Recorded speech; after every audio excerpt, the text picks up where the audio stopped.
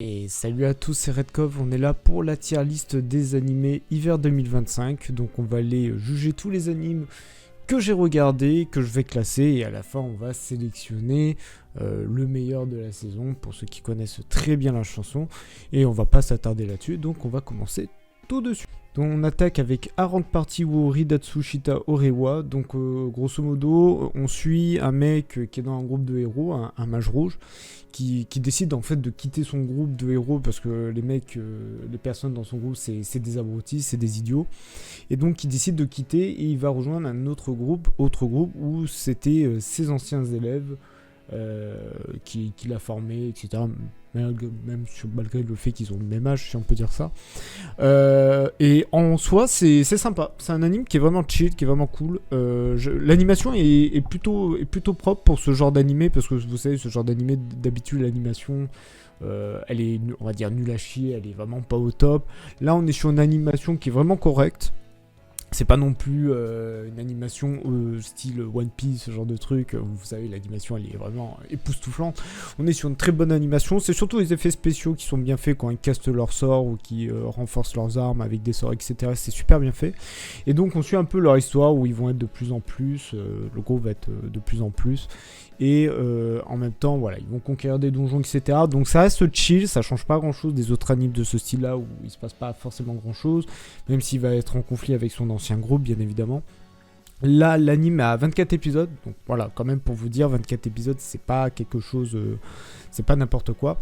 Et là, en ce moment, par rapport à la deuxième partie, ils vont en dehors de leur ville principale pour aller dans d'autres villes, d'autres régions, etc.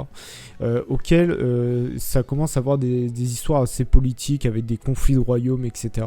Que je conseille forcément, que ça a l'air très intéressant. Donc, pour ma part, moi, j'ai quand même bien aimé, mais je le mettrais dans la catégorie sympa pour le coup. Donc là, on a la saison 2 de Jibaku Shonen Hanako-kun qui revient, donc deux nouveaux mystères, deux nouvelles histoires avec Néné et Hanako.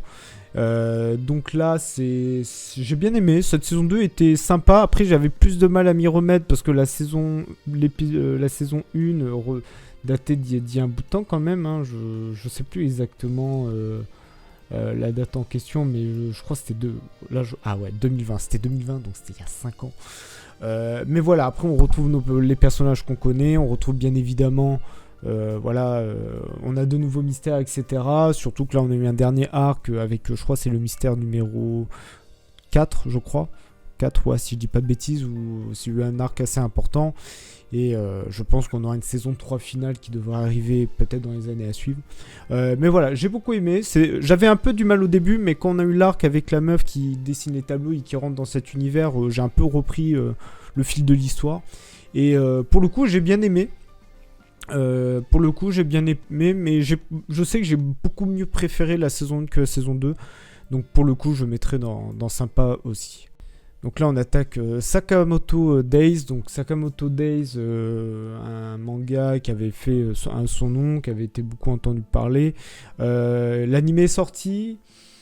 Bon, l'animé, je suis pas fou. Hein. C'est pas fou. Je dis pas que c'est mauvais.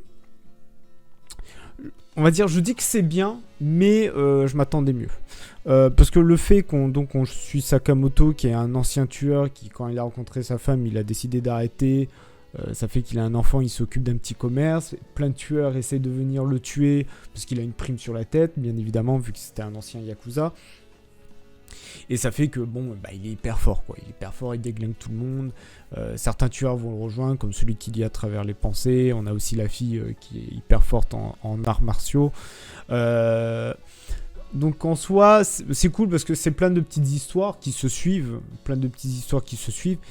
Mais au niveau de l'animation... je m'attendais à mieux quand même, genre... je pense une animation beaucoup plus poussée, ça aurait rendu la chose beaucoup plus extraordinaire.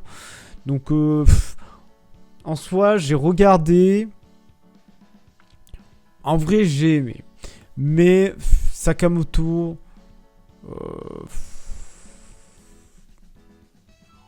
je le mettrais dans c'est sympa.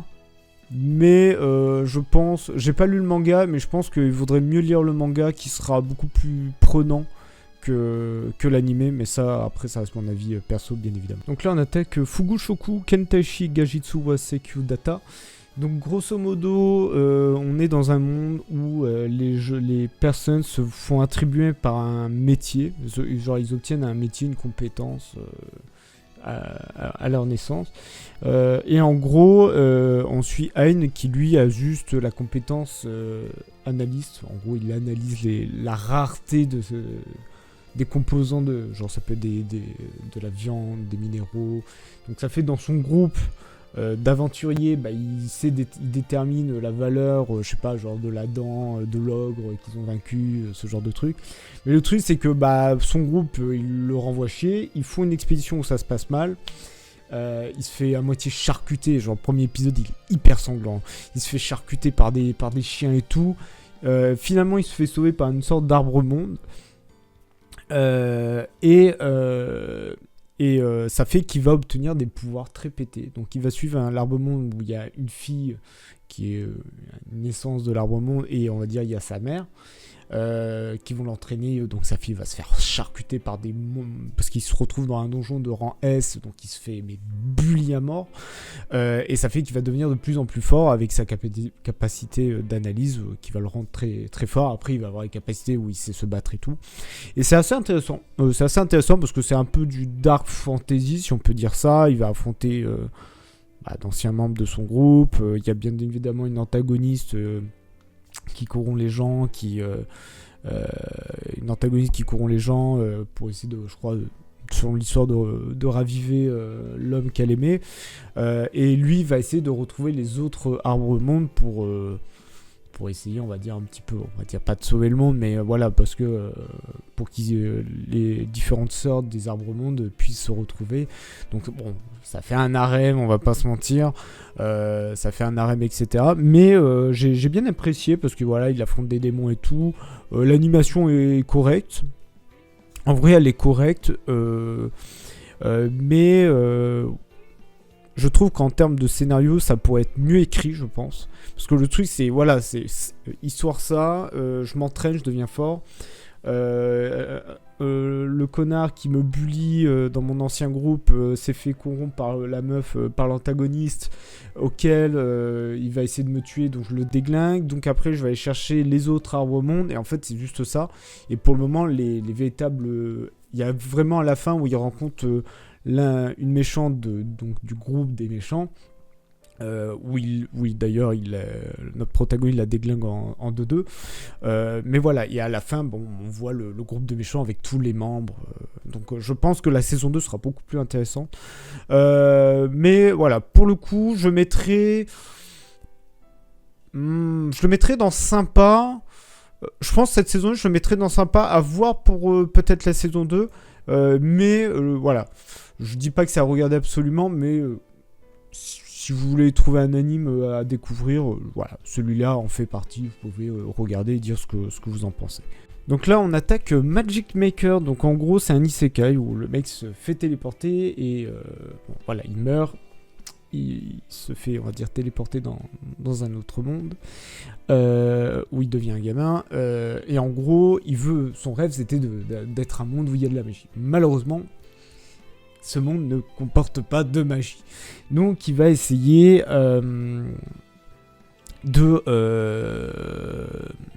il veut essayer de créer la magie, et à un moment, il va trouver un phénomène que seul lui voit et que les autres ne voient pas. Et qui sont de la magie, voilà, tout simplement. Et au début, j'étais là en mode ouais. Après, j'ai eu un peu peur parce qu'en gros, sa sœur, on va dire, est en kiff sur son frère. Donc, je me dis ouais, bon, après ça, je dis c'est typiquement japonais, mais bon, on va dire, on va voir ce que ça se donner. Bon, après, il y a eu l'excuse qu'il n'est pas le membre de la famille, il n'a été qu'un enfant adopté, donc ouais, je me suis fait. Et en vrai, c'est cool. C'est très bien. On est dans un monde où il n'y a pas de magie, où il n'y a pas les humains ne pratiquent pas la magie. Après, on va comprendre qu'il y a des êtres qui avaient la magie mais qui n'existent plus, et qu'il en fait partie. Mais j'ai bien aimé ce côté, on va dire, de monde sans magie, et que le mec crée la magie, apporte la magie ou montre la magie. Et le concept, j'ai trouvé ça original. Et après, donc, on suit l'histoire et tout. Avec, voilà, où ils disent attention dehors parce qu'il y a des monstres. Donc voilà, genre à un moment, il y a un gobelin qui rentre dans la maison. C'est la panique totale parce que les monstres sont très dangereux. Ça fait, il y a lui qui donc pratique magie, qui pratique magie de plus en plus puissant. Il y a sa sœur qui est très forte physiquement. Et après, j'ai bien aimé ce passage où, il y a une maladie où en fait, ceux qui ont plus de mana, deviennent des légumes et meurent à force, de plus vivre, si on peut dire ça. Donc lui, il va tout faire pour sauver sa sœur et à la fin, il y a des sortes d'entités, des sortes de fantômes. Il y a un vampire qui va attaquer, donc lui, il va se défendre, etc. Et j'ai kiffé en fait, genre j'ai vraiment kiffé l'histoire. En termes d'animation, on va dire c'est pas réellement fifou, c'est pas mauvais, on va dire ça reste quand même dans le correct. Mais en termes d'histoire, moi j'ai kiffé en fait. J'ai vraiment kiffé. Alors, après le seul dommage c'est que l'anime se termine, sachant qu'il y a une grosse fin ouverte. Le manga n'a que 3 tomes et se finit sur ça, sur la même fin que par rapport à l'anime. Et il y a que le light novel qui continue, mais le light novel, impossible de le trouver en anglais. Sur internet, donc je trouve ça vraiment dommage. Peut-être avec le succès, une suite de l'anime ou la reprise du manga, je sais pas trop comment ça va être, sachant que Kaburagi Kazuki, l'auteur, c'est lui qui reprend chaque fois les histoires, le light novel, le manga et l'anime, c'est lui qui s'occupait du scénario. C'est les mêmes, même s'il changeait 2-3 trucs. Mais j'ai beaucoup aimé, donc je vous conseille 12 épisodes, je vous conseille moi personnellement de le regarder absolument, surtout on a une fin à en faire pleurer. Donc là on attaque Guild no Ukesuge Keiju Desuga, excusez-moi si j'ai massacré le truc. En gros, on suit une fille qui est donc une réceptionniste de guilde, mais le truc c'est qu'elle en a tellement marre de faire des heures supplémentaires parce qu'il y a des boss, des donjons qui n'arrivent pas à être finis par les aventuriers. Elle décide de s'en occuper elle-même pour éviter d'avoir des heures supplémentaires. C'est vraiment ça le truc. J'aime beaucoup, très bonne l'animation est vraiment bien. C'est plutôt fun. Le fait, on a une réceptionniste qui en peut plus, qui est au bout de sa vie. Ça fait que le truc, c'est que comme elle se cache sous un pseudo et elle se cache son visage quand elle fait des quêtes des donjons, à un moment donné, les gens ils cherchent à savoir qui c'est parce qu'elle est trop forte et qu'ils la veulent dans le groupe d'aventuriers. Donc on a un mec qui va être très fort, genre un mec très connu, très puissant, qui va essayer de la retrouver, qu'après il sait qui c'est, ça fait qu'il force en mode vas-y rejoins-moi et tout, elle est là en mode non je veux pas, ce genre de truc. Ça fait on a beaucoup d'humour et après il faut beaucoup de quêtes ensemble parce que bien évidemment ce genre de truc, il y a toujours un méchant qui va arriver dans l'histoire et qui va faire allez les gars, maintenant votre petite vie quotidienne c'est terminé. Donc là, ça fait qu'on a des démons qui sont des anciens êtres très puissants, qui massacrent les gens. Donc il va y avoir tout ça, il va y avoir des sortes de complots derrière aussi. Mais ça reste vraiment très humoristique au niveau du ton. Et j'ai beaucoup aimé, personnellement. Donc personnellement, je vous le conseille de le regarder parce que c'est un très bon anime qui mérite. Donc là, on attaque Class no Dekiraina Yoshitoke. Donc en gros, c'est Tokekon, pardon. En gros, on suit un lycéen et une lycéenne. Oui, on va dire c'est des sortes de rivaux. On va dire où ils se détestent entre eux, si on peut dire ça. Et grosso modo, en fait, leurs grands-parents les forcent à se marier. Ça fait qu'ils doivent vivre sur le même toit. Et ça fait qu'en gros, on suit un peu l'histoire de roman. Ils se détestent, ils sont obligés de se marier. Et finalement, ils vont s'apprendre à s'aimer l'un l'autre. Bon, ça va être surtout la fille qui va surtout dévoiler ses sentiments. Le mec, il est un peu je m'en foutiste de l'amour, etc. Donc, mais à force, ça va se rapprocher. Surtout qu'en plus, le lycéen, il a une sorte de sœur ou de cousine d'une autre famille, mais tu sais, qui sont en lien avec la famille. Mais genre vraiment la petite... la fille, genre Loli... je sais pas comment on dit, c'est Lolita, genre en mode gothique, Loli, ce genre de truc, où ils sont très proches, donc ça fait qu'il y a la meuf qui est, on va dire, mariée, jalouse énormément. Puis après, il va y avoir d'autres filles qui vont se rajouter, qui vont être un peu amoureux du garçon, notamment la meilleure amie de la protagoniste. Moi, j'étais en mode si t'as pas envie de te marier avec une personne, même si tes grands-parents ils te font oui, on est des familles renommées, mariez-vous parce que nous avant on voulait se marier mais on n'a pas pu parce qu'on a pris des chemins différents. Franchement, moi, je vous le dis, hein, si mon grand-père me dit marie-toi à cette fille, parce que sa grand-mère, on n'est pas sortis ensemble et finalement on voudrait que les deux familles se rejoignent. Moi je lui dis va te faire foutre, tu vois. Si la fille je l'aime pas, je sais pas pourquoi tu te sens obligé. Donc en vrai j'ai suivi, ouais c'est pas folichon. Je dis pas que la qualité de l'animé est mauvais, hein. Ça reste, c'est bien fait, hein. Le studio a bien géré l'animation, si on peut dire ça. Mais voilà, quoi. Franchement, l'histoire, elle est pas folichonne. Personnellement, je le mettrais dans 100+. Donc là, on est sur la partie 2 de Orb, The Movement of Orb. Donc, on va dire la suite, parce que l'animé, c'était en 24 épisodes. Ou 24 ou un peu moins, je sais plus exactement. Donc voilà, très bien. Orb, sur automne 2024, je l'ai dit, j'avais surkiffé, j'avais bien aimé. Là, ça a été pareil avec la fille, avec le Front de Libération hérétique, où finalement tout le monde se fait massacrer. Grosse tristesse pour l'inquisiteur qui ne reconnaîtra jamais sa fille décédée, qui était la chef donc, du Front de Libération. J'aurais bien voulu voir des retrouvailles, malheureusement il n'y aura pas. Et après l'anime se termine avec le dernier protagoniste, où si mes souvenirs sont bons, c'est Copernic. Donc par rapport à l'héliocentrisme, va apporter un gros apport. Et au moment où on le voit, Copernic, l'héliocentrisme devient, on va dire, la nouvelle norme par rapport à l'Église, qui au moment où on parle de Copernic, l'Église a arrêté l'Inquisition parce que ça partait trop loin et que ça servait finalement à rien d'aller juger des gens qui pensent que le Soleil et la Terre tournent autour du Soleil. Je fais un grosso modo du truc. Mais voilà, ça se finit bien. Ça n'a pas besoin d'en rajouter plus. Ça a été un très bon anime sur l'héliocentrisme et sur l'époque moyenâgeuse, avec aussi l'Église, les conflits d'église entre les conservateurs et les anti-inquisition, en mode c'est pas grave s'il y a de la science qui s'applique, ce n'est pas un mal pour la religion. J'ai beaucoup aimé, c'est une très bonne œuvre sur ça, donc à regarder absolument. Je vous conseille franchement de regarder Orb. Donc là on attaque avec Okinawa Desuki Ninatako Gaugen Sugite Sugiru, voilà, ou Ukitsura plus précisément en anglais. Donc en gros on suit un mec de Tokyo qui va à Okinawa, donc c'est une région je crois qui est au sud du Japon, où la plupart des Japonais sont tous bronzés, grosso modo c'est ça, son mat de peau.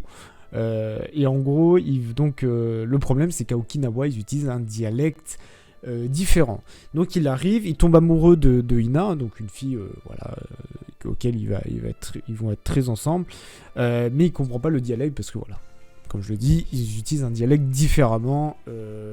C'est un peu comme nous en France, on a différents types de langage, par exemple je crois le corse, ce genre de truc. Donc pour ça. Donc ça fait que on a Kana, donc une autre fille, la meilleure amie de Hina, va toujours être là pour traduire.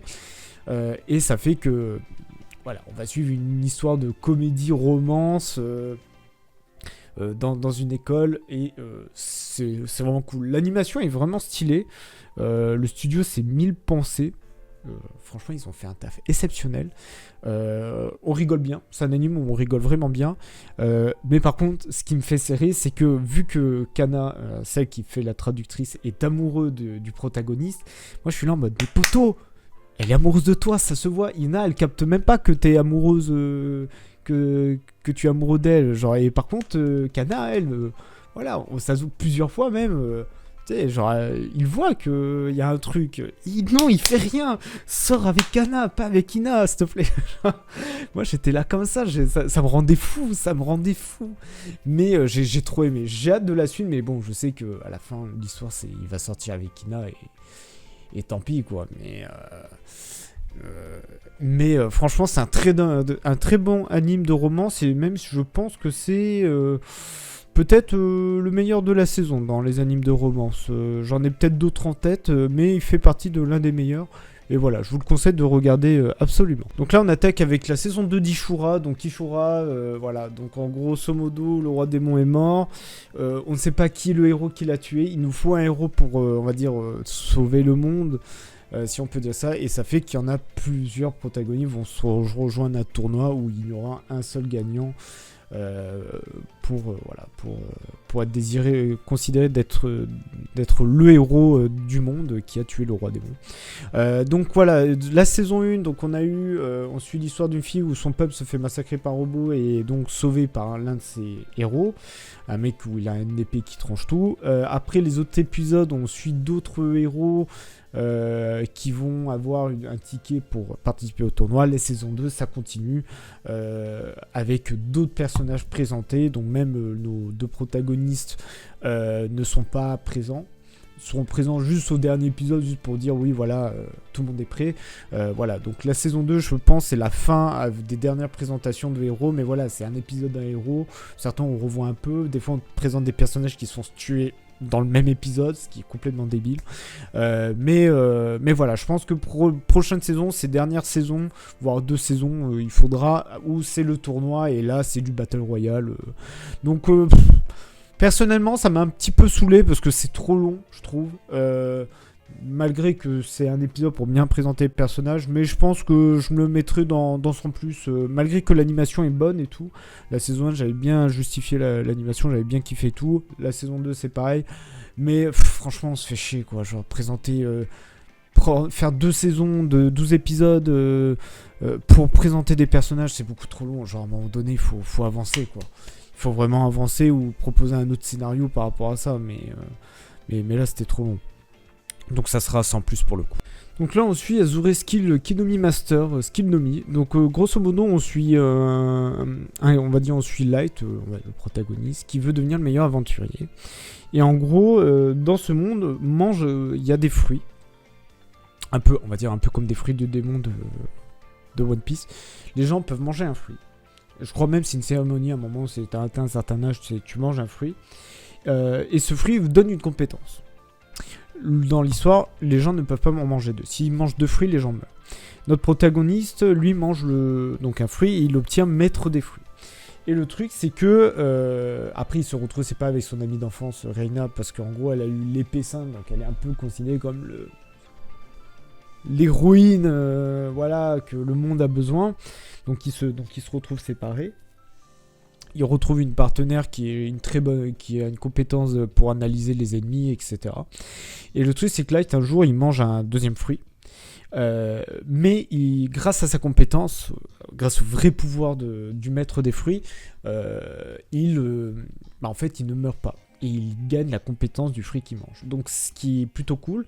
Donc, il va décider de vraiment partir à l'aventure. Voilà, il va manger d'autres fruits bien évidemment. Il va retrouver Reina, auquel elle était dans un groupe d'aventuriers où c'était des connards. Donc elle quitte pour rejoindre Light. Finalement ils forment un groupe et voilà, ils vont suivre ils vont faire des aventures.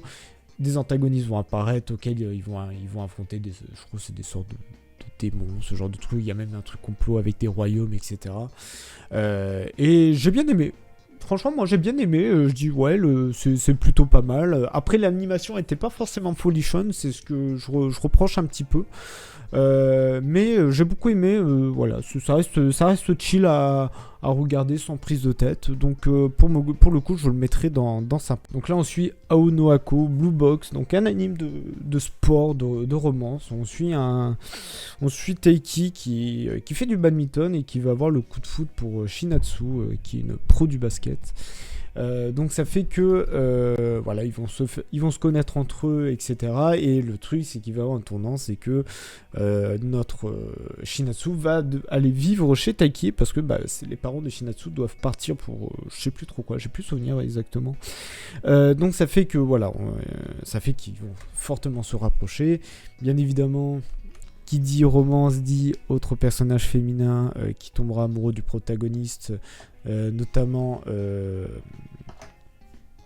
comment elle s'appelle, je crois que c'est Anna, je crois, si je non, Ina, je crois que c'est Ina, si je dis pas de bêtises. Ouais, c'est ça, c'est Ina. Donc il y a Ina qui est elle une danseuse, parce que voilà, eux au Japon, quand ils font les trucs, ils font tous ensemble dans le même gymnase. Peut-être pas, je ne sais pas, mais dans cet anime ça se passe ça. Donc Ina, cœur sur elle méritait tellement de sortir avec Taiki, mais bon. Il a fallu, ça a été d'ailleurs rapide pour une saison de 12 épisodes, ça a été rapide le fait qu'elle s'est pris un nom de la part de Taiki, ce qui est assez dur, ce qui est assez triste, on va pas se mentir, parce qu'Ina c'est vraiment une fille chic, et qu'elle était très attachée à Taiki et même portait de l'attention à Taiki, mais bon, c'est comme ça, c'est horrible. Alors franchement, Ina à cœur sur elle, elle mérite tout l'amour du monde, mais voilà, mais sinon j'ai bien apprécié. Alors il peut y avoir des moments d'épisodes où on s'emmerde un peu, si on peut dire ça, mais j'ai beaucoup aimé Blue Box, donc moi personnellement, et très bonne animation aussi, franchement c'est une très très bonne animation. GG à Telecom Animation Film pour ça. Pour ma part, je le mettrai dans regarder absolument parce que je pense que c'est un bon anime romance et j'ai hâte de voir la suite. Donc là, on attaque un round Karoto Toko no Isekatsuan. Donc en gros, on suit un mec de 40 ans qui se fait isekaied et grosso modo, il va faire du commerce. Commerce qui va vite arrêter parce qu'il va se retrouver dans des embrouilles et il va essayer de vivre sa propre vie tranquille. Donc il va rencontrer différents personnages où il va quasiment les baiser tout le temps. Même avoir des attentions bizarres sur une gamine, pour vous dire. Donc c'est assez cringe comme anime, je vais pas vous mentir. Au début je me dis ouais ok ça va, encore je me dis qu'il se tape la ficha, ou qu'il se tape on va dire la fille homme, même si elle a la vingtaine plutôt. Bon je me suis dit bon ça passe. Mais voilà, après quand il rencontre la gamine où il y avait une relation père-fille et que finalement ça commence à se tourner en une sorte de pédophilie, je me dis c'est assez cringe. Même après avec la princesse de la famille royale, je me suis dit allez ça va encore plus loin, alors que et lui qui est là qui fait complètement l'ignorant, bon, des fois il comprend pas, etc. Bref, animation nulle, animation nulle, histoire nulle, franchement animé cringe, franchement mauvais, pas aimé, j'ose même pas en parler plus. Donc là on attaque la saison 2 de Les Carnets de l'Apothicaire. J'allais dire de Jinchi Mao, mais c'est la même chose, mais bon c'est Les Carnets de l'Apothicaire saison 2 que j'ai bien aimé. J'ai un peu du mal à reprendre au début parce que je me dis voilà la saison 1 ça datait un petit peu quand même, et j'ai bien aimé un peu plus de sérieux dans les histoires, notamment autour de l'empereur, de la famille impériale. Après on a quelques on va dire des personnes d'autres royaumes qui viennent ici, c'est avec des complots, etc. J'ai beaucoup aimé, et surtout bon là c'est pas terminé, la saison 2 n'est pas terminée, donc on en reparlera. Et bordel, le moment où Jinchi et Mao on va dire Jinchi se fait attaquer par des gens avec des pistolets, et que Jinchi et Mao se retrouvent coincés dans une grotte. C'était quelque chose quand même, C'était quelque chose, c'était assez, on va dire, c'est un bond dans la romance. Presque à un moment donné, je pensais qu'ils allaient faire, mais pas du tout. Mais franchement, c'était une très très bonne saison. J'ai beaucoup aimé. Je pense qu'elle est équivalente à la saison 1. La saison 1, c'est plein d'histoires, notamment voilà, avec des tentatives d'assassinat et tout. Bon, le 2, il y a pareil, mais je veux dire, c'est... L'histoire a pris vraiment un gros coup de sérieux, et entre Mao et Jinchi, on va dire la romance entre les deux, je sais pas s'il y aura réellement une romance, même si je pense que oui, il y a vraiment un bond en avant, surtout qu'on a beaucoup de lore sur Jinchi, où on apprend que c'est un prince, qu'il est prince en fait, alors qu'à la base il se fait passer par un eunuque, mais après je le sentais que c'était pas un eunuque en particulier, parce que voilà, il a notamment des sentiments pour Mao. Mais voilà, animation au top et tout, j'ai bien kiffé, à regarder absolument, je vous invite. Les Carnets de l'Apothicaire, c'est un très très très bon anime. Donc là on a Tagnion et Yukoso Elfe-san. Donc en gros on suit notre protagoniste, un mec qui travaille dans un bureau. En fait, quand il rêve, en fait, il entre dans un monde vraiment style monde médiéval fantastique, et il rencontre une elfe. Alors lui de base je crois il a 25 ans, 27 ans, un truc comme ça, et en gros il rencontre une elfe dans ce monde, auquel ils vont explorer un donjon, et en fait ils se font tuer par un dragon. Mais le truc, c'est que quand il se réveille, en fait, bah, lui il retourne dans son monde, et la fille elfe se retrouve aussi dans le monde avec lui. Donc ça fait, il va y avoir, on va dire, ils vont suivre une aventure dans leur monde réel où c'est 2 à tranches de vie, et dans leur, dans l'autre monde, le monde médiéval fantastique, ils vont suivre des aventures où ils vont retrouver le dragon, où ils vont se lier d'amitié parce que c'est le dragon protégeait juste son territoire. Et voilà, ils vont après affronter peut-être quelques personnes dans le monde médiéval, et voilà, en gros ça alterne entre les deux. C'est très sympa, c'est très chill, un anime très chill, un anime d'aventure chill avec voilà, tranche de vie, de la romance, avec une romance qui se conclut à la fin. Donc j'ai trouvé que c'était très beau, en 12 épisodes c'était sympa. Je me dirais bien, ça serait bien que ça continue, ça pourrait être toujours sympa de trouver de nouvelles aventures. Mais voilà, j'ai beaucoup aimé, c'est une histoire vraiment chill. Voilà, c'est pas dans le sens à regarder absolument parce que c'est la dinguerie absolue, mais ça reste sympa, et voilà, je vous invite à aller regarder, bien évidemment. On attaque Nitkunachi to Nazeka Dusei, donc en grosso modo, en fait, on a un salarié classique, Tsukasa, en gros est sauvé par Shizuri, donc une shinobi, une ninja, une kunoichi dans les termes modernes.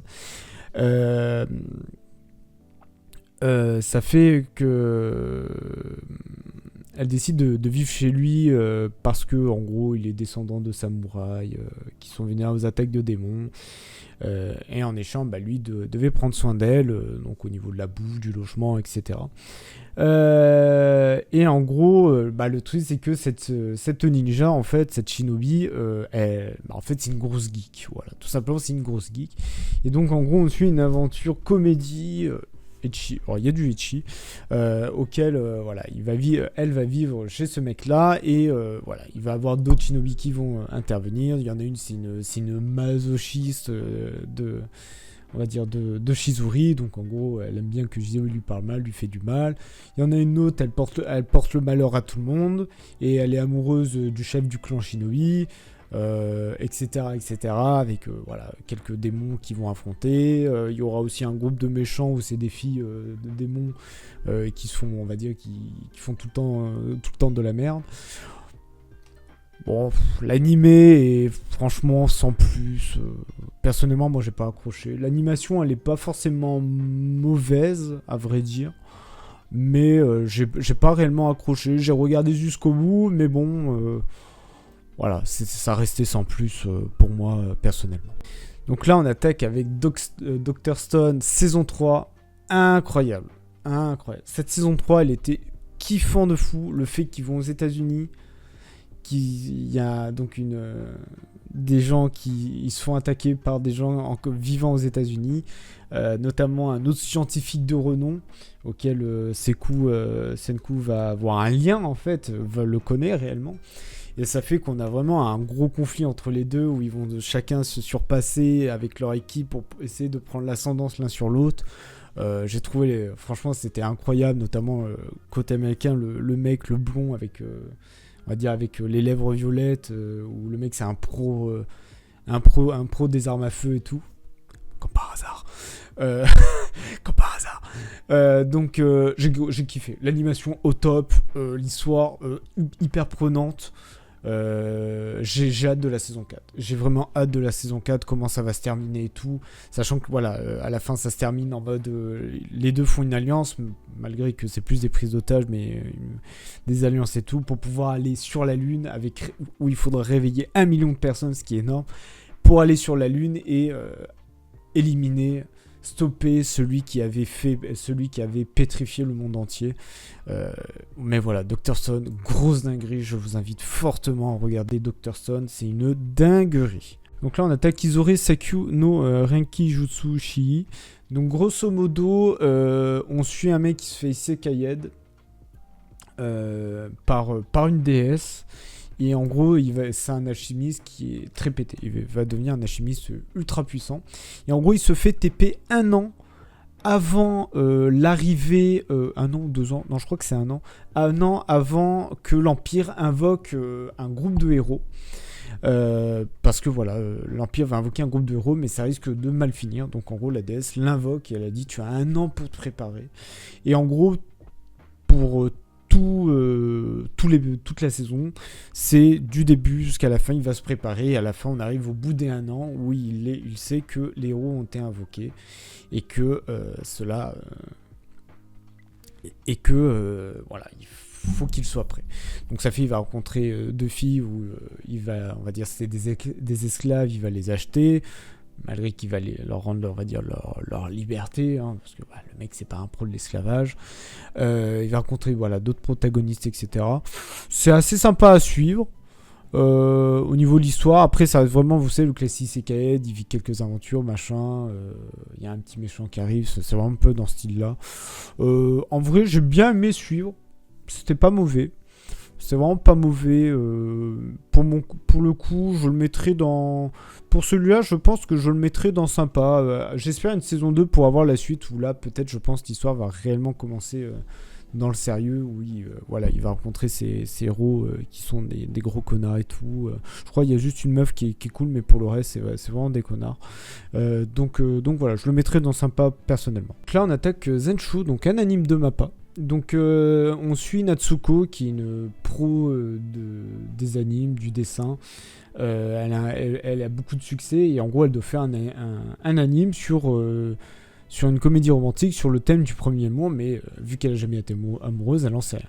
Le truc c'est que elle meurt, à un moment donné elle meurt et elle se retrouve dans le monde d'un anime très connu, d'un film animé très connu, où c'est un groupe de héros auquel le monde est en train de se détruire parce qu'il y a des monstres qui détruisent des cristals et ça provoque la fin du monde.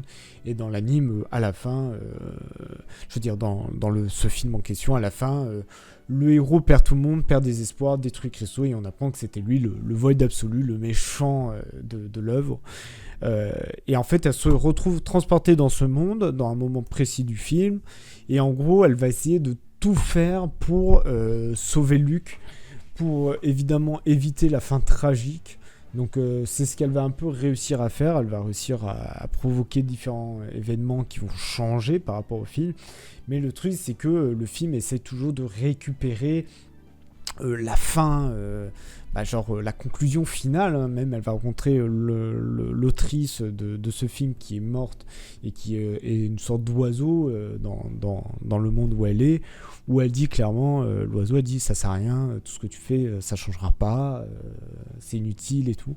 Et ça fait que c'est assez bon, c'est un anime qui reste assez sombre. C'est pourtant coloré parce que quand ils affrontent le void où ils ont du mal, elle dessine un dessin, elle crée une sorte de, ça peut être un Gundam, un monstre, un dragon, tout ce que vous voulez, qui déglingue le truc. C'est très coloré, même au niveau de l'animation. Mappa, ils se sont déchaînés sur l'animation, mais malheureusement, ça fait qu'elle a du mal et tout. Et à la fin, c'est très sombre. Ça arrive à la conclusion où tout se pète. Il y a le void absolu, etc. Et voilà, pour spoiler, à la fin, elle va réussir à sauver Luke, à sauver ce monde. Elle se retrouve après dans son monde, ce qui est triste parce que je me dis tout ça, et Luke et le gros Luke et genre les autres personnages vont dire ah mais t'inquiète pas, on se reverra, notamment avec l'elfe. On essaie d'aller dans le monde du réel parce qu'il y a aussi ce truc de monde du réel, parce qu'ils savent qu'il y a leur monde à eux mais il y a le vrai monde, et ça fait qu'à la fin elle qui vit sa vie tranquille en tant que réalisatrice d'anime, à un moment donné elle va les croiser. Elle va pas capter, c'est qu'après qu'elle va se retourner, et ça se finit comme ça. J'aurais bien voulu voir leur retrouvaille, notamment parce que le fait que Natsuko et Luke sont amoureux l'un de l'autre, et moi j'étais là, mon cœur, mon cœur. Mais franchement, c'est une dinguerie. Zenshu, je vous recommande fortement. Bonne histoire, très bonne animation, et les personnages sont très cool. Très attachant, je vous conseille de regarder Zenshu, ça le mérite clairement. Donc là on suit Grisaya Phantom Trigger, donc je me suis dit ça a l'air cool parce que c'est par rapport aux fruits de la Grisaya, mais alors j'ai pas vu les films, il y avait 3 films de Phantom Trigger, qui je crois le premier épisode fait un récap de toute façon, mais j'ai pas aimé, voilà, là je ne l'ai pas aimé. Je l'ai pas aimé, je l'ai pas trouvé intéressant. Il y a quand même ce côté assez sombre, hein, c'est des histoires assez sombres, avec notamment, c'est des filles qui sont des pros tueuses par rapport à face à des menaces terroristes et tout. Mais le fruit, je suis désolé de le dire, mais le fruit de la grisaille met une vitesse infinie sur 20 par rapport à Phantom Trigger. J'ai pas accroché Phantom Trigger, voilà, je vous le dis clairement. L'animation est cool, les OST sont sympas, les combats sont bien à suivre, mais l'histoire... Bon ok, très bien, on suit ce groupe de force spéciale, mais où se trouve le charme le fruit de la grisaille? Où se trouve le charme de le fruit de la grisaille? Le fruit de la grisaille, je vous invite à le suivre, mais Phantom Trigger, ça aurait pu mettre un autre nom, franchement, personne ne capterait. Moi perso j'ai pas aimé, je vous le dis clairement, j'ai pas aimé. Je crois que le seul lien, c'est que celle qui a créé le Force Spécial, c'est la petite sœur du protagoniste de Le Fruit de la Grisaille, celle qui a un bras en moins, qui a un bras robotique. Je crois que c'est juste ça le lien. Et encore, on la voit vite fait dans l'épisode 1 en mode parce que c'est elle, et c'est tout quoi. Mais j'ai pas aimé, voilà. C'est pas mauvais, pour moi je dirais c'est entre le sympa sans plus. Mais pour moi, j'ai pas aimé. Voilà, ça finit dans le pas aimé, je suis désolé. Peut-être pour les fans de Grisaille Phantom Trigger, mais j'ai pas aimé. Je préfère littéralement juste le fruit de la Grisaille qui se termine très bien, ou faire le visual novel, le fruit de la Grisaille, faire le visual novel avec les différentes fins, avec les différents protagonistes, les différents personnages féminins. Mais voilà, Phantom Trigger, je n'ai pas aimé, je suis désolé. Donc là on attaque Salaryman, Gaiseka, Nitara, Shitanu, Ninata. Donc en gros les quatre, donc en gros c'est un salarié de bureau va se retrouver TP dans un autre monde, et en gros il va devenir l'un des 4 généraux de l'armée du roi démon.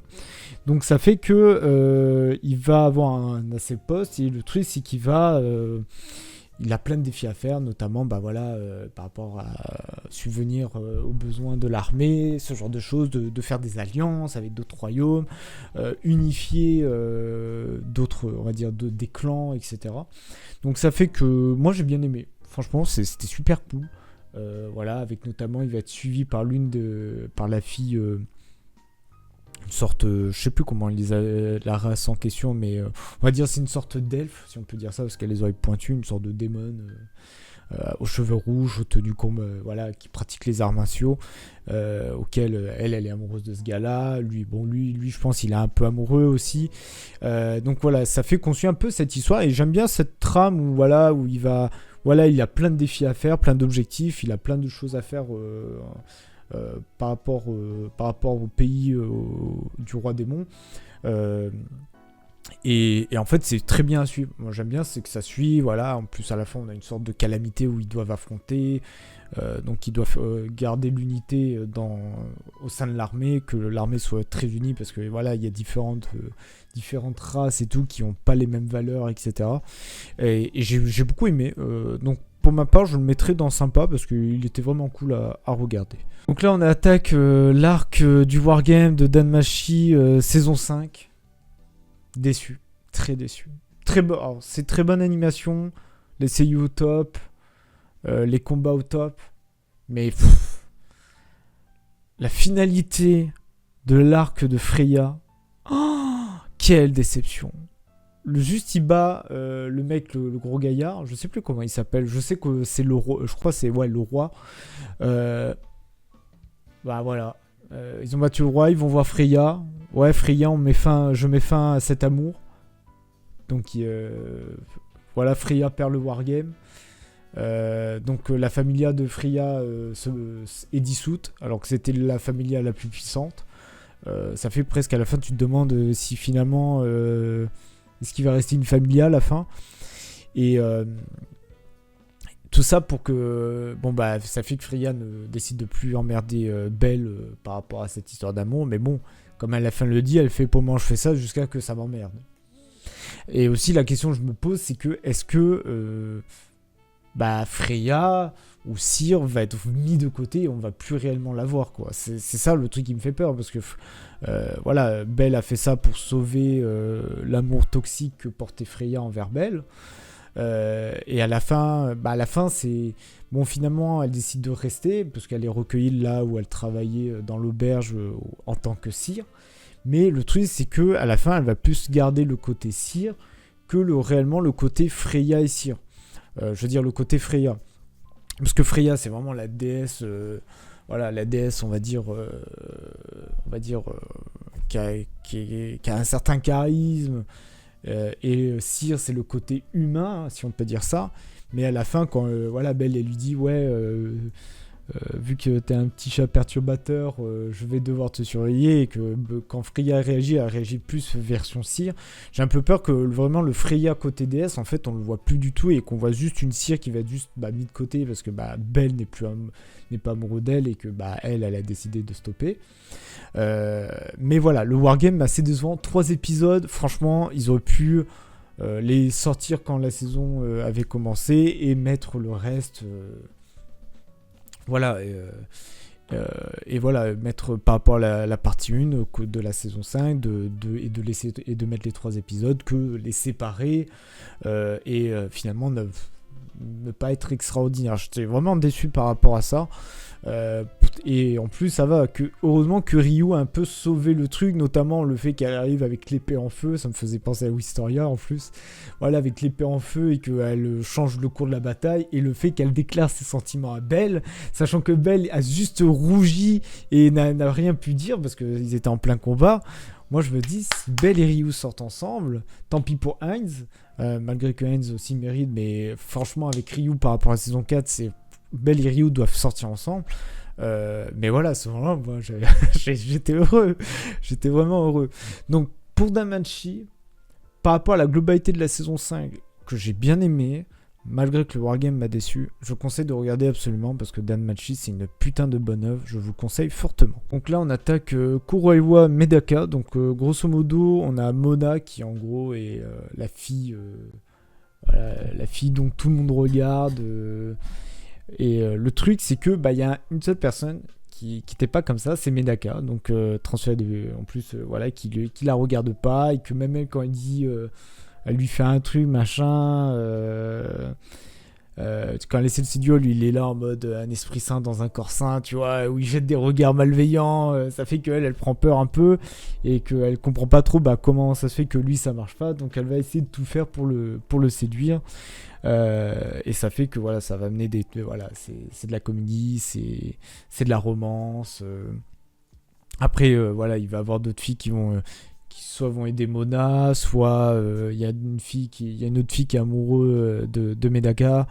Donc voilà, c'est un peu le comédie, tranche de vie, slice of life, romance, avec des triangles amoureux, ce genre de truc.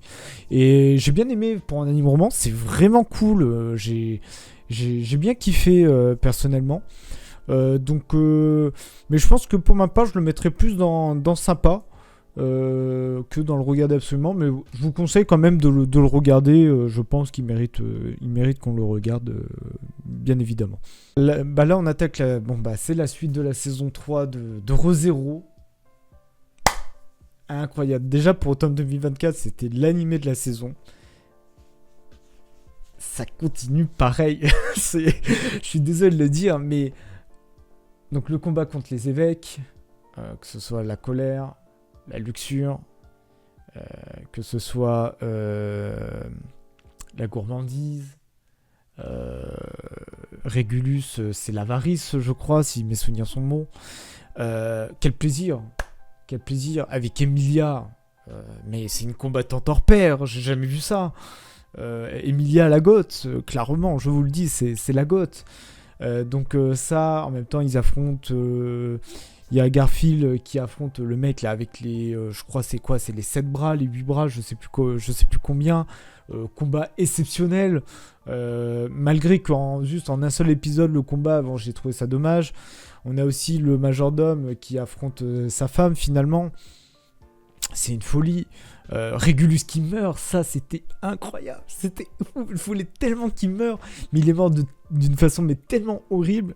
après c'est tellement mérité, mais il meurt d'une façon tellement horrible.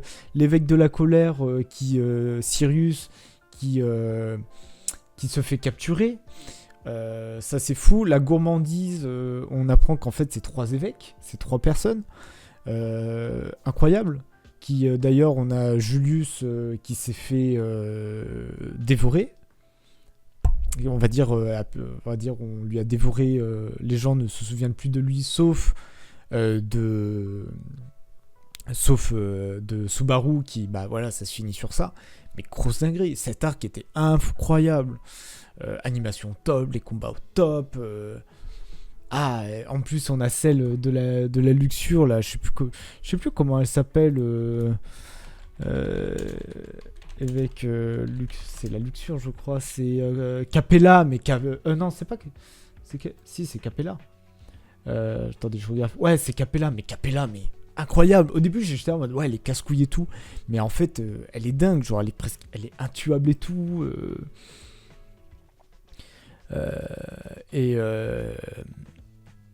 genre mais genre Capella, moi elle m'a trop fait marrer, elle m'a trop fait kiffer, genre c'est une antagoniste qui est incroyable.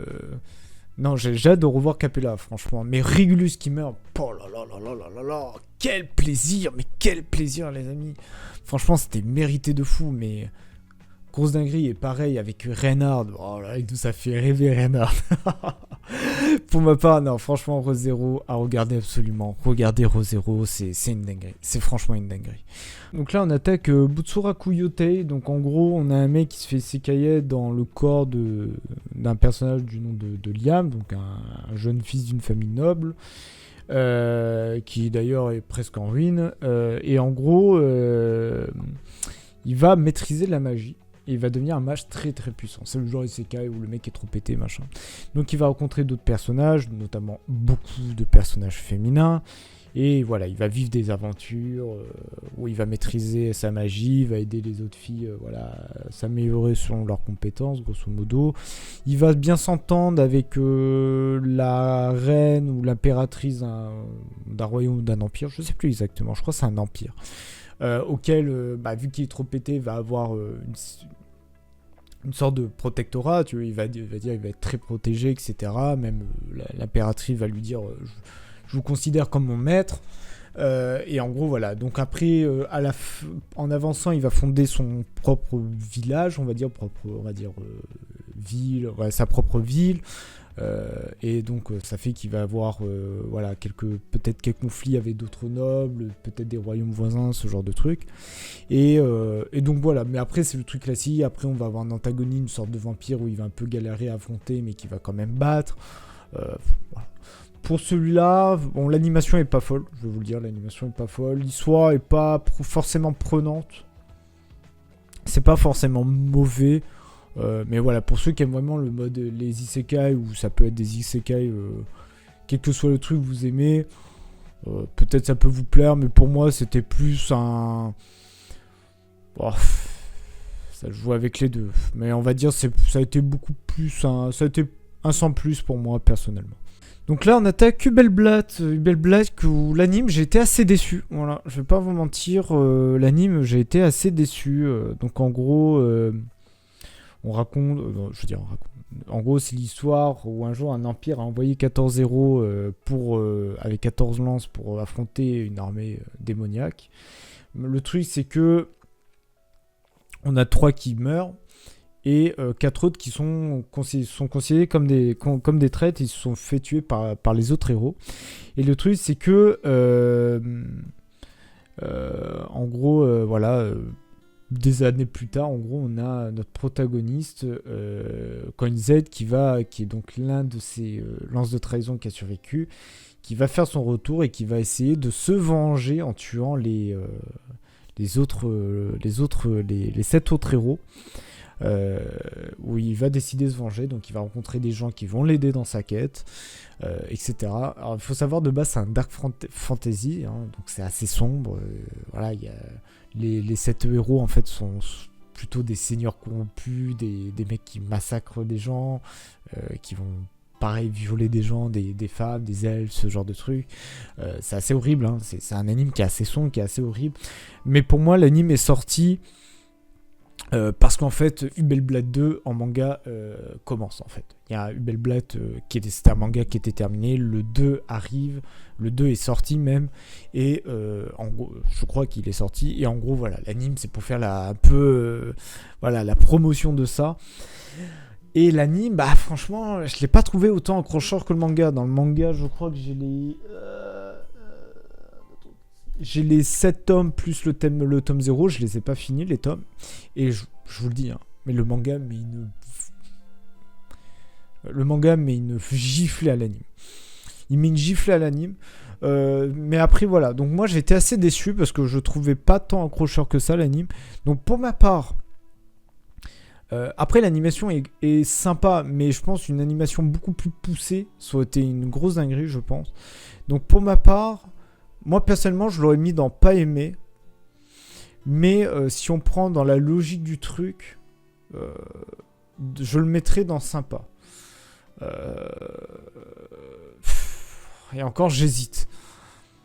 Vous savez quoi, moi je vais le mettre dans pas aimé. Je vais le mettre dans le pas aimé, mais je vais vous dire une chose. Si vous le regardez, je pense que vous allez aimer. Mais pour ceux qui ont lu le manga, ou qui ont commencé le manga, ne le regardez pas. Ne regardez pas l'anime. Soit vous le regardez pour dire, voilà, je le regarde pour voir ce que ça donne. Mais le manga vaut mieux le coup. Après, s'il y a un anime saison 2 qui sort, je le regarderai pour voir quand même comment ça avance. Peut-être ça s'améliorera. Mais j'ai pas aimé. J'ai pas aimé. Je m'attendais à mieux en termes. Je m'attendais à mieux par rapport à ça. Mais après, l'histoire reste vraiment cool à suivre. Je dis pas. Mais le truc, c'est que la partie de l'animé par rapport au manga, bah, je l'ai vu. Parce que le manga va plus loin par rapport à ça. Mais je m'attendais mieux de la part de l'animé, notamment au niveau de l'animation, où ils auraient pu faire une grosse dinguerie, malheureusement, ce qui n'a pas été le cas. Mais je pense que si on prend une globalité de l'anime, si j'avais pas vu le manga, je pense que je l'aurais mis dans sympa pour ma part. Mais je le mettrais dans pas aimé. Donc là, on attaque Momentary Lily. Donc en gros, on a des robots qui ont détruit toute forme de vie sur Terre. Et en gros, voilà, on suit donc une fille, Renji, qui essaye de survivre, et un jour elle va rencontrer un groupe de filles qui ont tous des capacités pour faire face à ces créatures qui traitent, dont notamment Lily la chef. Mais le truc, c'est que Lily meurt dès le premier épisode. Donc j'étais en mode ok, donc ça fait cette fille va rejoindre ce groupe, va un peu devenir la nouvelle chef, si on peut dire ça. Et au début, franchement, c'est pas folichon, je vous le dis. C'est pas folichon dans le fait où sur 12 épisodes, peut-être les 9 premiers épisodes, premier épisode, il se passe rien, il chasse des robots, il vit, c'est un peu côté slice of life, donc ils vivent des moments chill. Et voilà, il n'y a que le dernier épisode où il y a un apport à l'histoire en mode pourquoi il y a ces robots, comment ça se fait, on retrouve cette Lily, on retrouve même les filles, genre d'un monde alternatif. Qu'on comprend que voilà, les robots, que les robots, en fait, il n'y en a plus tant que ça, en fait. Il y en a plus qui sont produits, que les aliens en question ne sont plus là. Donc ça fait qu'à la fin on voit que y a de plus en plus de gens qui y vivent, notamment que des femmes, tu sais pas trop pourquoi, et que voilà, et qu'à la fin on va dire les humains se portent mieux, si on peut dire ça. Mais voilà, c'est pas folichon. L'animation, elle est sympa, je dis pas, elle est un peu bizarre, mais c'est une bonne animation, mais ça reste bizarre. Après c'est le studio Goens, je crois le studio Goens qu'ils avaient fait qui avait fait pas mal d'animes que j'avais déjà regardé, je crois. Ouais, c'est ceux qui avaient fait K, qui avaient fait quoi d'autre J'essaie de retrouver. Voilà, je vois Momentary Lily, mais je crois que il y avait un truc avec c'est ça, c'est End Checker que j'avais pas trop aimé, ou WZ aussi. Donc on va dire c'est assez particulier, mais ça reste un studio d'animation assez original. Mais voilà. pour Momentaire Lily, j'ai trouvé ça mauvais. J'ai pas aimé du tout. Donc ça sera dans cette catégorie-là. Et voilà, et en dernier, on attaque la partie 2 de Amagami-san Shino en Musubi. Donc voilà, on resuit notre protagoniste avec les 3 filles, les 3 prêtresses. Donc là, saison 2, plus intense encore dans la romance, où il y a toujours un moment de romance avec chacune des filles. Et on a même, pour cette partie 2, il se retrouve aussi TP dans un monde alternatif où il n'a jamais rencontré ses filles. Et il est, on va dire, il traîne avec la fille de l'orphelinat où il était, celle qui a les cheveux blancs, où ils sortent ensemble, même si lui comprend pas trop parce que c'est fait TP. Donc ça fait qu'on a un peu plus de côté fantasy avec les divinités qui commencent à un peu à venir et à se, on va dire, un peu se mettre dans l'histoire, parce que voilà, le fait qu'il s'est épée dans un monde alternatif, c'est dû à une divinité, et que tout ça va un peu s'intensifier. Bon, à la fin, il retourne dans son monde et il retrouve les filles voilà, qu'il aime. Et voilà, comme je le disais dans l'automne, la tier list automne, si vous voulez vraiment savoir plus en détail, très bonne animation, c'est un très bon anime de romance. Et pour ma part, moi, lui, je vous conseille de le regarder absolument, parce que franchement, c'est une bonne pépite en anime de romance. Donc voilà, je vous invite à suivre ça. Donc voilà, on a terminé notre classement. Maintenant, on va aller sélectionner le meilleur. Donc bien évidemment, ça sera ceux dont regarder absolument. Donc pour ma part, je pense que ceux qui méritent la classe de le meilleur, c'est Zenshu, on a Okitsura, on a Magic Maker, je pense, Dr. Stone, les carnets de l'apothicaire et Re:Zero. Le reste, je pense, mérite leur place, mais pas pour moi. Pour moi, je pense que ça se partagerait pas entre les meilleurs. Après, je pense que dans le classement, je pense que Magic Maker serait dans le dernier, même si j'ai bien kiffé. Mais c'est juste que je pense pas qu'un jour l'histoire sera plus poussée, donc ça me tuera mon petit cœur. J'aurais bien voulu voir la suite, parce que la suite, vu la fin ouverte, t'as envie d'avoir la suite. Après, je dirais Okitsura, même si c'est un très bon anime, mais je pense qu'il fait pas face à cela. Après, je pense que je mettrais Zenshu.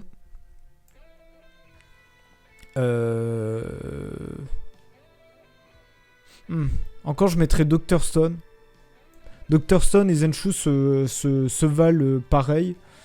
Et je pense qu'à la fin, ça se joue entre les carnets de l'apothicaire et Re:Zero. Mais pour moi, je vais pas vous mentir. Je suis désolé, hein, mais je pense qu'il y en a, il dit putain, il fait 2 fois le même anime la saison. Mais je pense que pour moi, c'est Re:Zero. Pour moi, Re:Zero, il a tout déglingué. Je pense que, voilà, comme je dis, le combat avec tous les... avec tous ces évêques et tout, la mort de Régulus, Emilia, combattant hors pair, Reynard qui déglingue tout. Je pense que clairement... Re:Zero remérite sa place. Je pense que ça remérite sa place parmi le meilleur. Après, on n'a pas trop eu de réelle concurrence par rapport à tous les nouveaux animes. Si on compte pas Dr. Stone et Carnet de l'Apothicaire, parce que ça continue. Je pense que voilà, comme je le disais, Zenshu, franchement, méritait bien aussi la place, parce que c'était vraiment une bonne. J'avais beaucoup aimé Zenshu. Mais voilà, Re:Zero, il a tout déglingué. Et je pense que si ça continue comme ça, Re:Zero, à chaque fois, il va être au sommet de l'art. Mais voilà, donc voilà, pour moi, ça serait ça le classement. Donc voilà, un peu plus de 100 plus et de mauvais pas aimés. Un peu plus.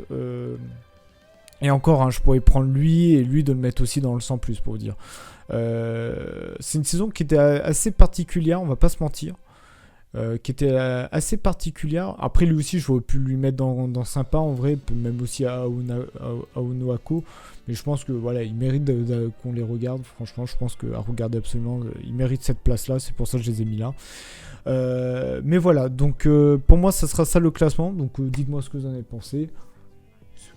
Pour vous, quel était le meilleur de la saison? Qu'est-ce que vous aurez changé ou pas? Qu'est-ce que vous aurez proposé? Est-ce qu'il y aurait des animes que vous m'aurez conseillé de regarder que j'ai pas regardé? Bien sûr, je vous répondrai en commentaire, donc voilà. Mais merci encore à tous ceux qui regardent ces tier lists. Vous êtes toujours beaucoup nombreux à regarder. Je m'excuse encore pour Automne où j'avais mis du retard. Après, ça s'est un peu ressenti, 416 vues, un truc comme ça. Alors que les autres d'habitude font plus de 500 vues. Mais ça, c'est que j'avais pris beaucoup de retard. Lui, il va être publié beaucoup plus tôt par rapport aux autres animes. Surtout que là, je vais être en vacances, donc j'ai le temps de faire le montage et de tout poster. Mais je remercie encore à tous ceux qui regardent la vidéo et qui soutiennent énormément ces tier lists. Et donc voilà, donc après vous pouvez me suivre sur les réseaux, sur Twitch on en parle des animes, sur Twitter je parle des animes que je regarde de temps en temps quand j'y pense, de dire oh tiens cet épisode j'ai bien kiffé, etc. Et voilà, je vous invite bien sûr à lâcher un pouce bleu, à vous abonner pour soutenir la chaîne. Et moi ça me motive toujours à continuer à faire ces tier lists. Donc voilà, passez une bonne journée, une bonne soirée. Merci encore et on se dit à la prochaine sur ce ciao ciao et merci.